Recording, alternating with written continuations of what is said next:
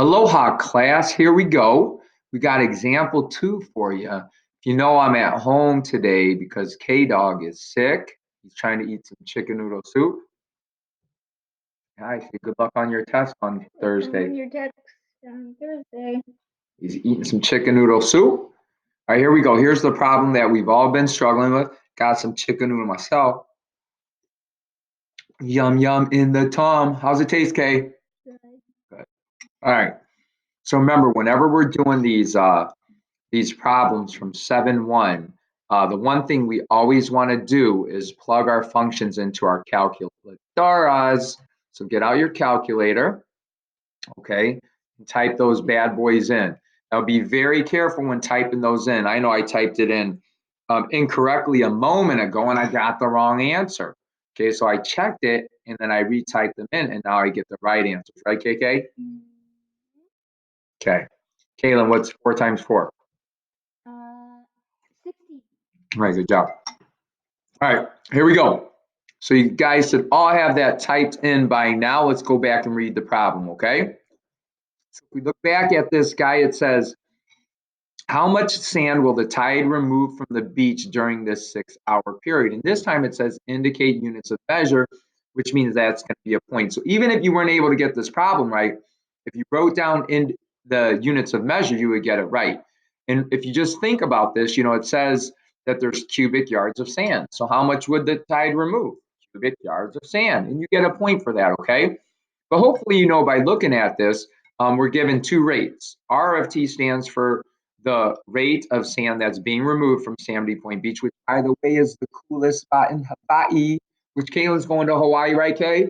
Yeah. This summer, do a little boogie boarding at sandy beaches. All right, here we go. But if we want to know how much sand is removed, right, I'm going to use R of T, and we all know to find the total amount removed, we're going to find a antiderivative, right? So this is simply a calculatora problem. We'll go to our calculators here, and I'm going to go ahead and go second quick, get a nice new screen here, and we're going to go with a little math 9-age, right? A little math 9. It says between 0 and 6, so we're just 0 and 6. And then you just have to make sure you do the one where we remove. Now I plug that into y1, so I'm going to go alpha trace. Remember, alpha trace. Plug my y1 in there. Okay, and then it's the variable of x, so we got dx, booyah, 31.816 or 31.815 truncated, right? And it would be cubic yards of sand. And so if we go back, I think I have the grading thing up here for you guys too, okay? And I put this on your Google Classroom as well. Okay, there it is. How about it? 31, and you would get 2 points just for being able to do that on the actual AP exam, all right? All right, let's go to B. Write an expression for y of t, and y of t is going to represent the total number of cubic yards of sand on the beach at time t. Now, what you're going to do is you're going to hit pause and see if you can do that on your own, okay? Okay, I had to get me some Mrs. Grass chicken noodle soup, yum, yum, in the dog. Okay, so what do you, okay. So y of t, what would this look like? All right, you guys, I forgot my pen at home, so we're going to use my finger. Okay, so y of t would be equal to, okay, well, let's try our best here, would be equal to, okay, now, remember, whenever you're writing out a total amount of sand, we always need to check an initial condition, and there's an initial condition right here.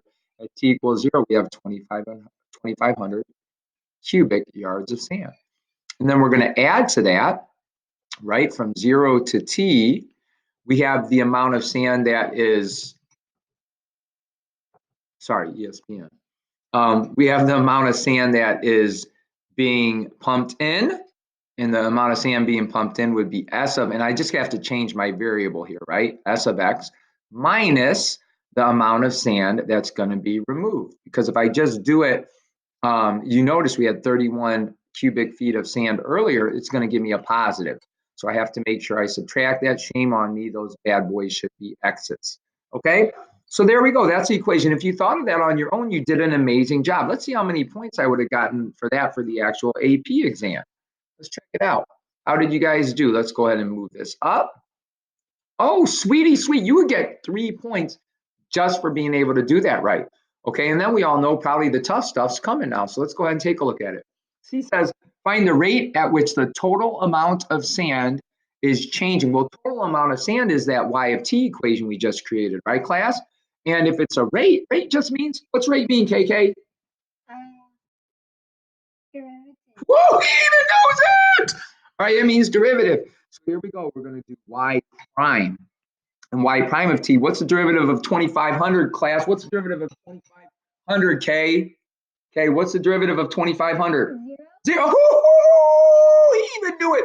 Okay, and then remember, if we take the derivative of an antiderivative, it just would be s of t, the amount pumped in, minus r of t.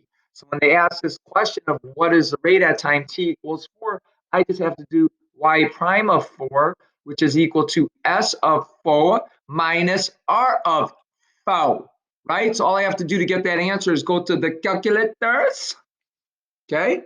And I'm just going to go a little alpha trace. Now, I did the pumping one in 2, okay? And then remember, in parentheses, I'm going to put 4, okay?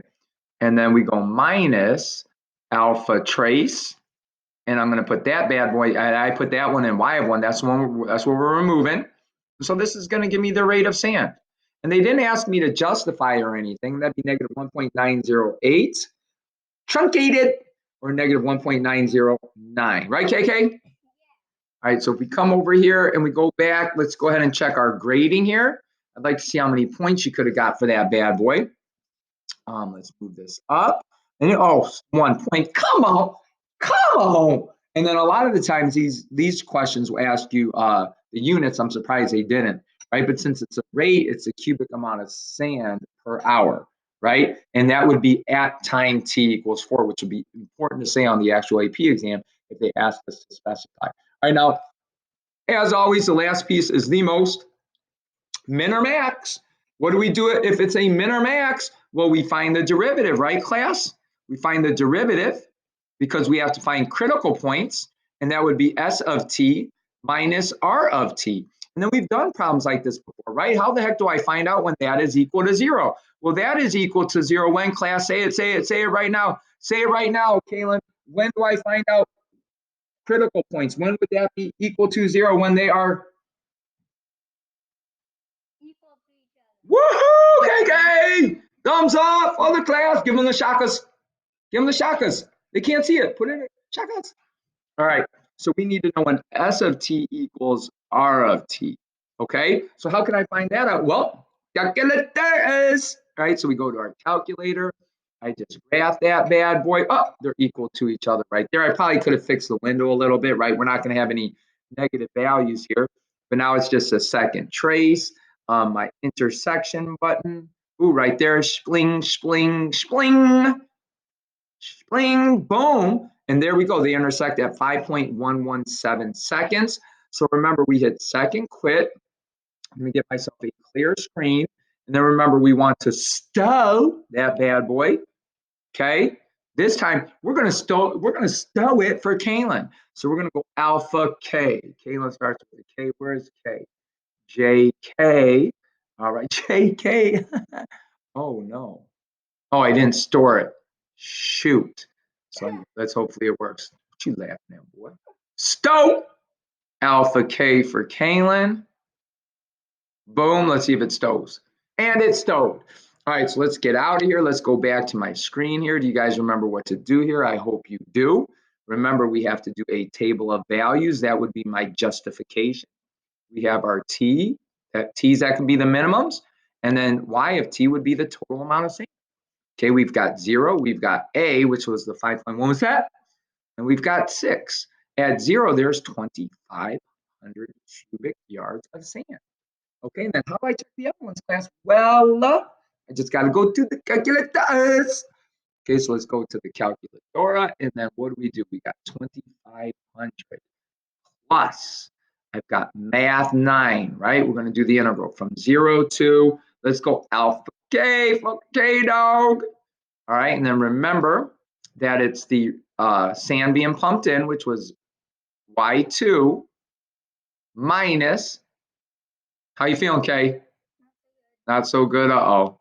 Trying to get some chicken noodle soup in him. He's powering through though. Alpha trace. I put that in Y1. Oh, snap. Go to. I forgot my DX there.